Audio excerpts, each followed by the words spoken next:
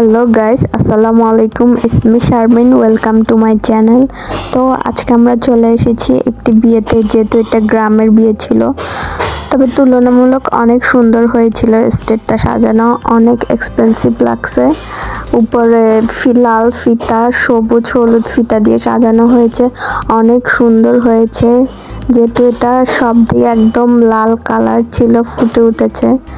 তো আমরা সবাই চলে গেলাম খেতে। এখানে অনেক আইটেম ছিল, মাংস ছিল, পোলাও ছিল, বিফ ছিল, চিকেন ফ্রাই, ডিম ছিল, চিংড়ি মাছ ছিল, তারপরে একটা স্পেশাল ভর্তা ছিল। এটা অনেক মজা লাগছিল।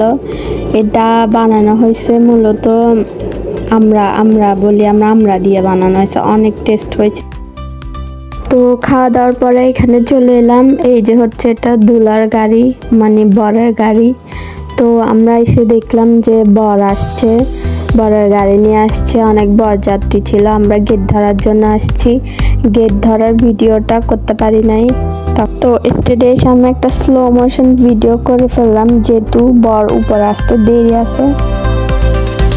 তো এটা হলো মেয়েদের এক অপ্রীতিকর মায়া, একটা বন্ধন, যা ছেড়ে যেতে অনেক কষ্ট হয়, তবু এটা বাস্তব মেনে নিয়ে জীবন চলতে হয়।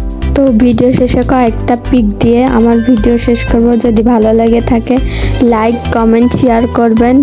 আল্লাহ হাফেজ, আসসালামু আলাইকুম। আর ভিডিওটা বেশি বেশি করে শেয়ার করে দিবেন। আল্লাহ হাফেজ।